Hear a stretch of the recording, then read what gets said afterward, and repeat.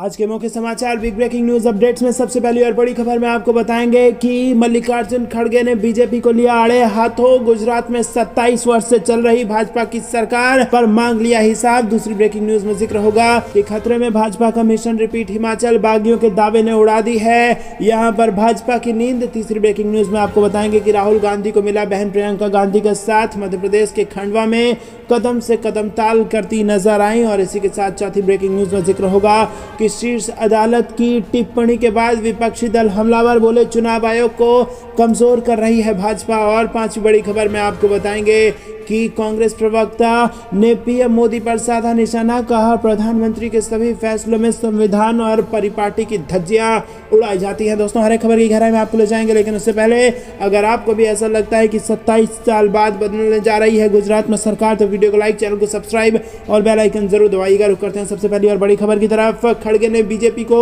गुजरात में लिया आड़े हाथ और 27 वर्ष का मांग लिया जवाब। जी हाँ दोस्तों, गुजरात में विधानसभा चुनाव को लेकर राजनीतिक पार्टियों में सियासत तेज हो गई है।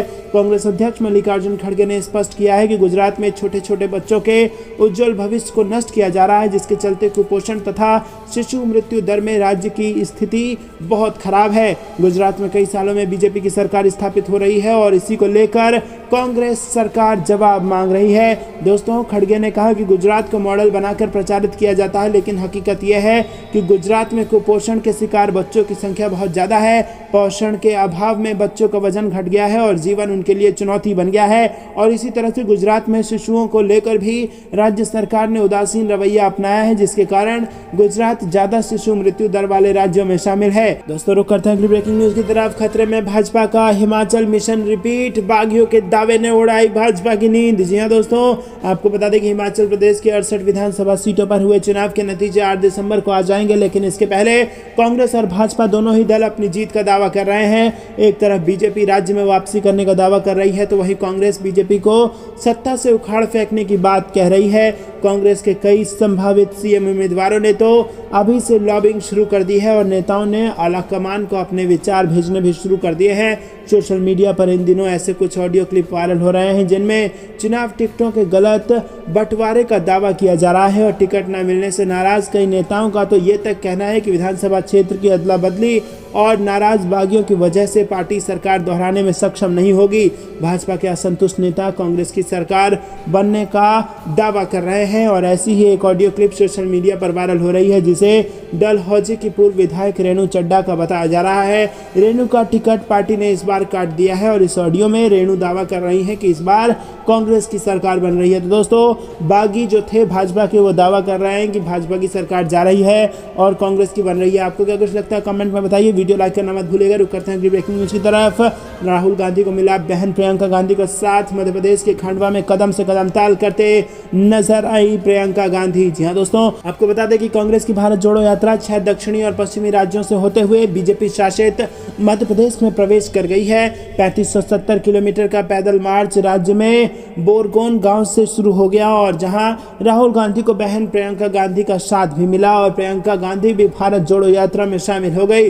रुक करते हैं अगली ब्रेकिंग न्यूज की तरफ। शीर्ष अदालत की टिप्पणी के बाद विपक्षी दल हमलावर, बोले चुनाव आयोग को कमजोर कर रही है भारतीय जनता पार्टी। जी हाँ दोस्तों, सुप्रीम कोर्ट के द्वारा निर्वाचन आयुक्त अरुण गोयल की नियुक्ति के संदर्भ में की गई टिप्पणियों और केंद्र से उनकी नियुक्ति से जुड़ी फाइल मांगने के बाद प्रमुख विपक्षी दल भाजपा पर हमलावर हो गए हैं। उन्होंने केंद्र की भाजपा सरकार पर निर्वाचन आयोग को कमजोर करने का आरोप लगाया, साथ ही चुनाव आयुक्तों के चयन की प्रक्रिया पर सवाल खड़े कर दिए। कांग्रेस, टीएमसी, जेडीयू, आरजेडी और वाम दलों ने कहा कि स्वतंत्रता और निष्पक्ष चुनाव सुनिश्चित करने के लिए चुनाव आयोग को बोर्ड से ऊपर होना चाहिए। कुछ दलों ने कहा कि चुनाव आयोग की प्रमुख नियुक्तियां एक विशेष पैनल द्वारा की जानी चाहिए। कांग्रेस प्रवक्ता अभिषेक मनु सिंघवी ने कहा कि केंद्र सरकार को गोयल की नियुक्ति के कागजात दिखाने में कतई आपत्ति नहीं करनी चाहिए। रुक करते हैं अगली ब्रेकिंग न्यूज की तरफ। कांग्रेस ने पीएम मोदी पर साधा निशाना, कहा प्रधानमंत्री के सभी फैसलों में संविधान और परिपाटी की धज्जियां उड़ाई जाती हैं। जी हाँ दोस्तों, कांग्रेस ने बृहस्पतिवार को प्रधानमंत्री नरेंद्र मोदी पर निशाना साधते हुए आरोप लगाया कि उनके द्वारा की गई लगभग सभी नियुक्तियों और उनके फैसले में संविधान की धज्जियां उड़ाई जाती है और इसके साथ ही पार्टी ने दावा किया कि उनके फैसले विचार विमर्श के बिना किए जाते हैं। पार्टी ने ये टिप्पणी ऐसे दिन की है जब उच्चतम न्यायालय ने निर्वाचन आयुक्त के तौर पर अरुण गोयल की नियुक्ति में जल्दबाजी को लेकर सवाल उठाया। कांग्रेस के मीडिया एवं प्रचार प्रमुख पवन खेड़ा ने ट्वीट कर कहा कि उच्चतम न्यायालय ने कहा है कि एक निर्वाचन आयुक्त की नियुक्ति में बहुत तेजी दिखाई गई है, इसमें कोई नई बात नहीं है। श्री मोदी के लगभग सभी फैसले और उनके द्वारा किए जाने वाली नियुक्तियों में संविधान का उल्लंघन होता ही है। उच्चतम न्यायालय द्वारा सवाल किए जाने के बीच केंद्र ने न्यायालय की टिप्पणियों का विरोध किया और अटॉर्नी जनरल आर वेंकटरमणी ने इसका प्रतिवाद करते हुए कहा कि गोयल की नियुक्ति से जुड़े पूरे मामले पर विस्तार पूर्वक गौर किया जाना चाहिए। दोस्तों रुक करते हैं अगली ब्रेकिंग न्यूज की तरफ, जिसमें आपको बता दें कि हिमाचल में नहीं चलेगा बीजेपी का ऑपरेशन लोटस, पूर्ण बहुमत से सरकार बनाएगी कांग्रेस, राहुल गांधी की पदयात्रा से मोदी सरकार में डर। जी हाँ दोस्तों, कांग्रेस के राष्ट्रीय प्रवक्ता कुलदीप राठौर ने कहा कि बीजेपी ने जिस तरह दूसरे प्रदेशों में हॉर्स ट्रेडिंग कर सरकारें बनाई है, ये प्रयास हिमाचल में भी हो सकता है, लेकिन प्रदेश में बीजेपी का ऑपरेशन लोटस कामयाब होने वाला नहीं है। उन्होंने कहा कि बीजेपी सूत्रों के अनुसार हिमाचल में भाजपा को केवल 23 सीटें मिल रही हैं और ये इशारा करता है कि सत्तारूढ़ भाजपा चुनाव में हार मान चुकी है। वहीं दोस्तों, राष्ट्रीय प्रवक्ता कुलदीप राठौर ने गुरुवार को शिमला में प्रेस कॉन्फ्रेंस की और इस दौरान उन्होंने कहा कि पार्टी से मुख्यमंत्री चेहरा कौन होगा इसका निर्णय पार्टी हाईकमान करेगी। नतीजा आने से पहले पार्टी दिल्ली से ऑब्जर्वर को हिमाचल भेजेगी और ऑब्जर्वर यहां पर जीतने वाले सदस्य से बात करेंगे और इसके बाद ऑब्जर्वर अपनी रिपोर्ट हाईकमान को देंगे। अंत में हाईकमान ही मुख्यमंत्री चेहरे को लेकर कोई निर्णय लेगा। राठौर ने यह भी स्पष्ट किया कि वो खुद मुख्यमंत्री की रेस में नहीं है। उन्होंने कहा कि इस बार चुनाव में भारी मतदान हुआ है और ऐसा सत्ता परिवर्तन के लिए होता है। 4 उपचुनाव भी कांग्रेस जीती और अब आम चुनाव भी कांग्रेस जीतेगी। उन्होंने बताया कि चुनाव में महंगाई, बेरोजगारी, कुशासन और 5 साल में सरकार की नाकामियां मुद्दा रही हैं। रुक करते हैं अगली ब्रेकिंग न्यूज की तरफ, जिसमें आपको बता दें कि विधायकों की खरीद फरोख्त मामले में बीजेपी महासचिव का भी नाम पुलिस ने थमाया, हाजिर होने का नोटिस। जी दोस्तों, तेलंगाना में सत्तारूढ़ तेलंगाना राष्ट्र समिति यानी कि TRS के 4 विधायकों की खरीद फरोख्त मामले में तेलंगाना पुलिस की SIT ने गुरुवार को बीजेपी के राष्ट्रीय संगठन महासचिव BL संतोष और 3 अन्य को भी आरोपी बनाया है और इसके साथ ही इस मामले में आरोपियों की संख्या बढ़ाकर 7 हो गई है और पुलिस ने बीजेपी महासचिव संतोष को हाईकोर्ट के आदेश पर दूसरा नोटिस थमाया है, जिसमें उन्हें 26 या 28 नवंबर को पूछताछ के लिए हाजिर होने के लिए कहा गया है और इससे पहले SIT ने संतोष और अन्य को 21 नवंबर को पूछताछ के लिए पेश होने को लेकर नोटिस जारी किया था। विधायकों की कथित खरीद फरोख्त की जांच एक विशेष जांच दल यानी कि SIT द्वारा की जा रही है। आरोप है कि TRS के 4 विधायकों को बड़ी रिश्वत देकर खरीदने और दल बदल कराने की कोशिश थी और अक्टूबर में मामला सामने आने के बाद तेलंगाना सरकार ने मामले की जांच करने के आदेश दिए थे और तब SIT ने मामले में 3 लोगों को पहले आरोपी बनाया था। रुक करते हैं अगली ब्रेकिंग न्यूज की तरफ। राहुल गांधी कमलनाथ को बम से उड़ाने की धमकी देने वाला संदिग्ध हो गया गिरफ्तार। जी हाँ दोस्तों, आपको बता दें, भारत जोड़ो यात्रा के तहत इंदौर आने पर कांग्रेस के वरिष्ठ नेता राहुल गांधी और कमलनाथ को बम से उड़ा देने की धमकी देने वाले संदिग्ध को गिरफ्तार कर लिया गया है। नागदा पुलिस ने इसकी सूचना इंदौर क्राइम ब्रांच को दे दी है। इंदौर क्राइम ब्रांच टीम उसे लेने नागदा भेजी जा रही है। बता दें कि राहुल गांधी की भारत जोड़ो यात्रा के मध्य प्रदेश में प्रवेश करने से पहले बीते शुक्रवार को एक पत्र सामने आया था, जिसमें लिखा था कि यदि राहुल गांधी मध्य प्रदेश में आते हैं तो उनकी यात्रा में कई जगह धमाके होंगे और इसके साथ ही सिख दंगों के लिए जिम्मेदार रहे कमलनाथ को भी गोली मार दी जाएगी। रुक करते हैं अगली ब्रेकिंग न्यूज की तरफ। गुजरात चुनाव में इस बार 27 साल पुरानी भ्रष्ट और अहंकारी सरकार को उखाड़ फेंकेंगे, राघव चड्ढा ने किया दावा। जी हाँ दोस्तों, गुजरात चुनाव के लिए प्रचार जोरों पर है और इस बीच आम आदमी पार्टी ने गुरुवार को प्रेस कॉन्फ्रेंस कर बीजेपी पर करारा हमला बोला है। गुजरात चुनाव को लेकर पार्टी नेता राघव चड्ढा ने कहा कि आज मैं आपको बीजेपी की डबल इंजन सरकार की सच्चाई बताना चाहता हूं।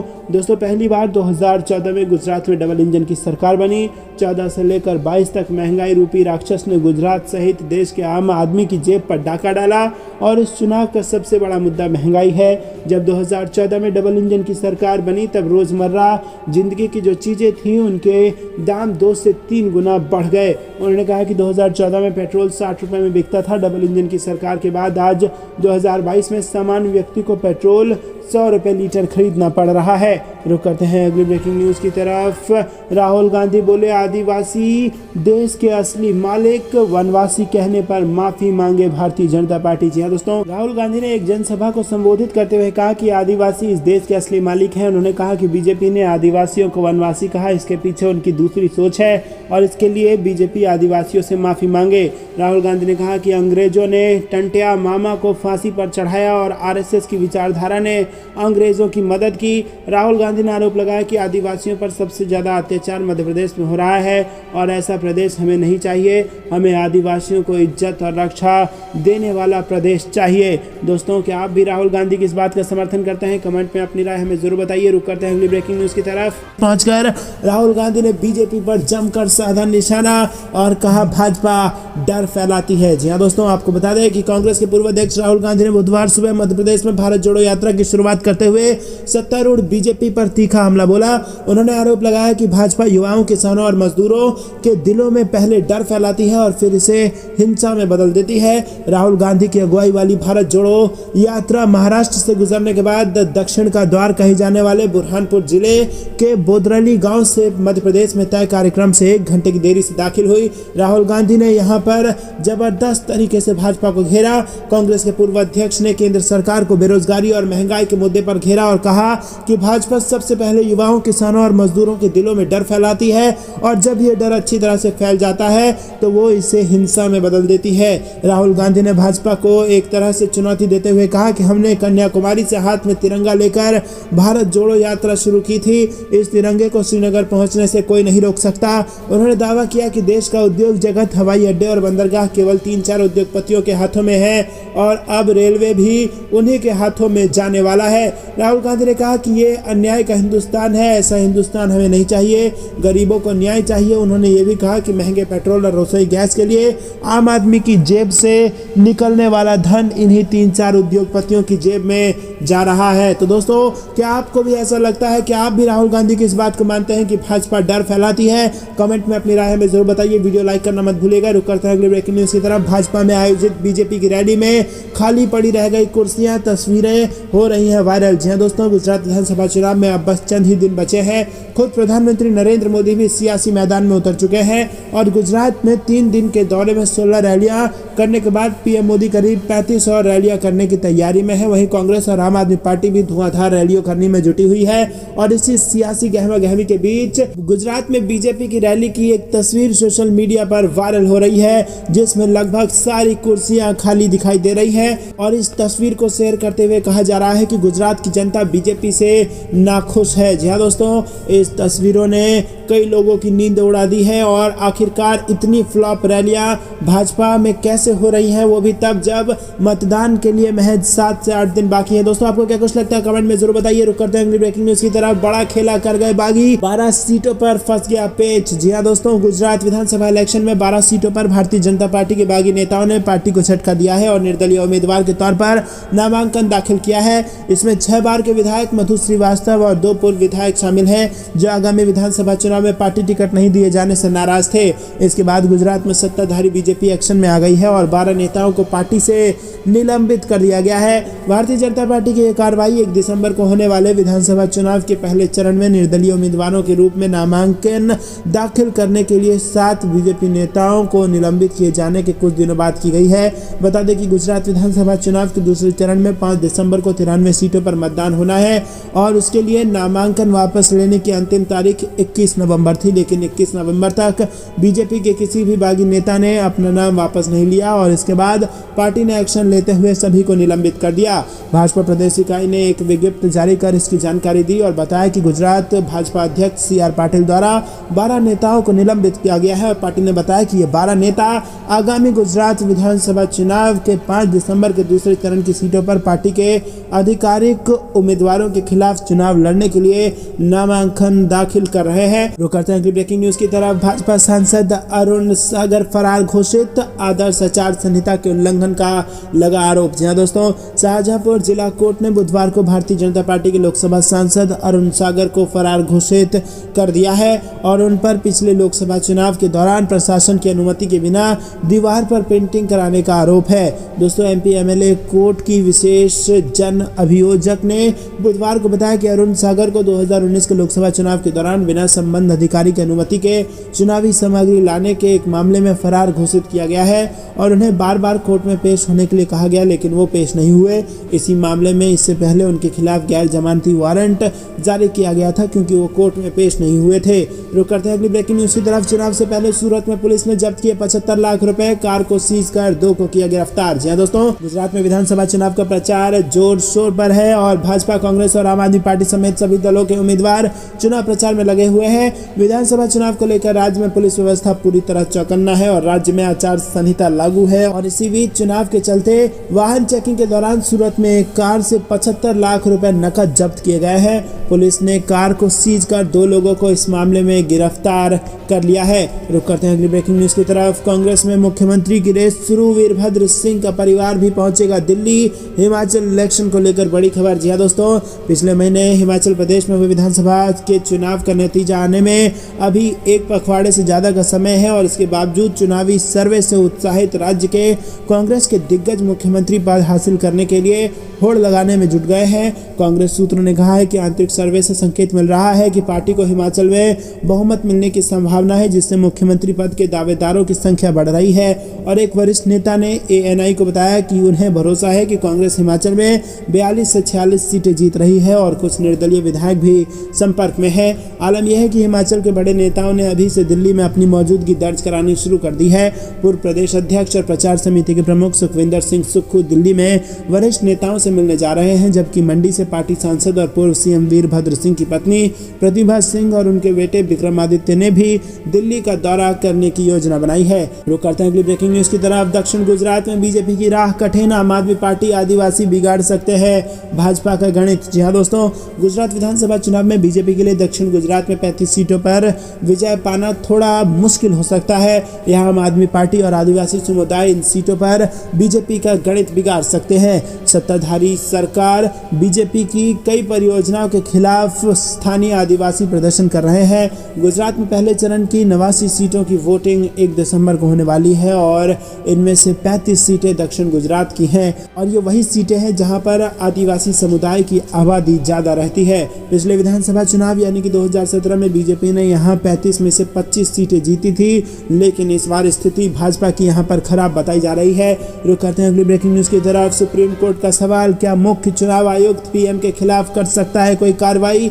आयोग के प्रभाव और स्वतंत्रता पर उठाई सवाल। जी दोस्तों, सुप्रीम कोर्ट ने बुधवार को मौखिक रूप से कहा कि देश को ऐसे मुख्य चुनाव आयुक्त की जरूरत है जो प्रधानमंत्री के खिलाफ कार्रवाई भी कर सके। कोर्ट ने केंद्र सरकार को पिछले सप्ताह नियुक्त चुनाव आयुक्त के चयन की प्रणाली भी बताने को कहा है। 5 न्यायाधीशों की संविधान पीठ की अध्यक्षता करते हुए न्यायमूर्ति KM जोसेफ ने कहा कि हमें एक ऐसी CEC यानी कि चीफ इलेक्शन कमिश्नर की जरूरत है जो एक PM के खिलाफ भी कार्रवाई कर सके। पीठ में शामिल अन्य न्यायाधीशों ने कहा कि उदाहरण के लिए मान लीजिए कि प्रधानमंत्री के खिलाफ कुछ आरोप है और CEC को कार्रवाई करनी है, लेकिन CEC कमजोर है और कार्रवाई नहीं करता है। पीठ ने केंद्र के वकील से सवाल किया कि क्या ये व्यवस्था का पूरी तरह टूटना नहीं है? CEC को राजनीतिक प्रभाव से मुक्त माना जाता है और स्वतंत्र होना चाहिए। पीठ ने कहा कि ये ऐसे पहलू हैं जिन पर आपका यानी कि केंद्र के वकील को ध्यान देना चाहिए कि हमें CEC के चयन के लिए एक स्वतंत्र बड़े निकाय की आवश्यकता क्यों है, न कि केवल मंत्रिमंडल की। रुक करते हैं अगली ब्रेकिंग न्यूज की तरफ। पटना जाकर तेजस्वी यादव से मिले आदित्य ठाकरे, बोले मौजूदा हालात में लोकतंत्र को खतरा, बचाने को हम कुछ भी करेंगे। जी हाँ दोस्तों, शिवसेना के नेता आदित्य ठाकरे ने बुधवार को पटना जाकर RJD नेता व बिहार के उप मुख्यमंत्री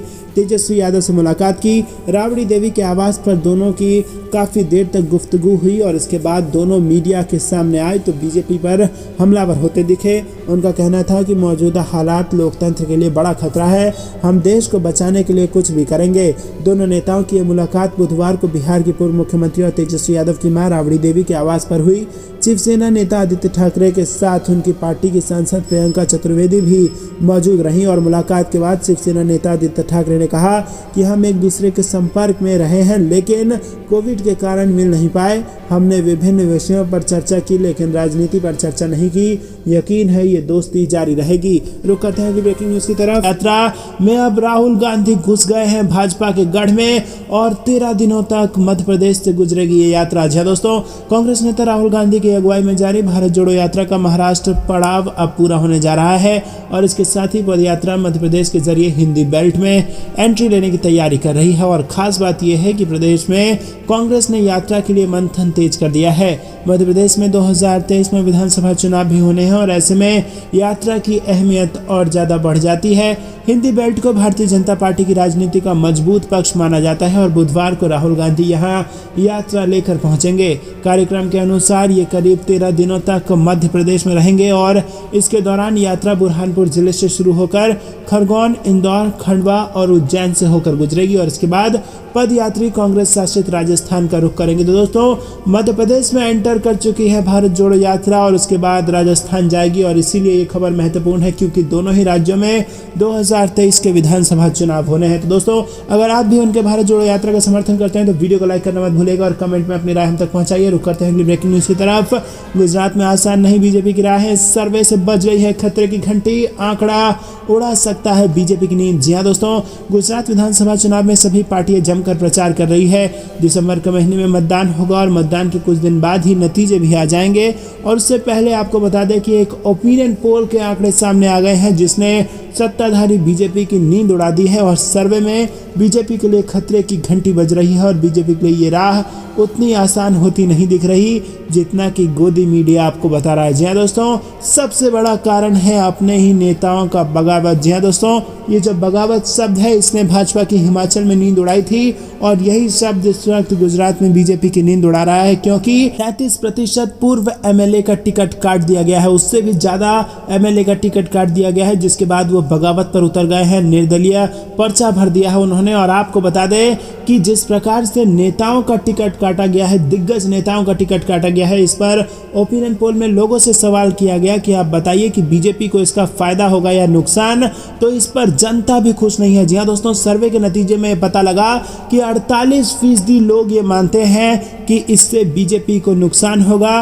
10% लोग ऐसे हैं जिन्हें लगता है कि दिग्गज नेताओं के टिकट कटने से चुनाव में बीजेपी पर कोई असर नहीं पड़ेगा और 42% मानते हैं कि फायदा ही होगा। लेकिन दोस्तों, यहाँ पर चौंकाने वाली बात यह है कि 48% जनता भी ये मानती है कि बीजेपी को दिग्गज नेताओं के टिकट काटने से नुकसान होगा। तो जहां एक तरफ अपने ही पूर्व दिग्गज नेताओं ने बगावती रुख अपना करके भाजपा को नुकसान पहुंचाने की ठान ली है क्योंकि वो निर्दलीय पर्चा भर रहे हैं, तो दूसरी तरफ जनता का भी यही मानना है कि भयंकर नुकसान बीजेपी को इससे होने वाला है। जिस प्रकार से तमाम मुख्यमंत्रियों को बदला गया और अब दिग्गज नेताओं को टिकट काट दिया गया, इससे भीतर घात की संभावना है जिसके बारे में भाजपा को दोबारा सोचना पड़ेगा।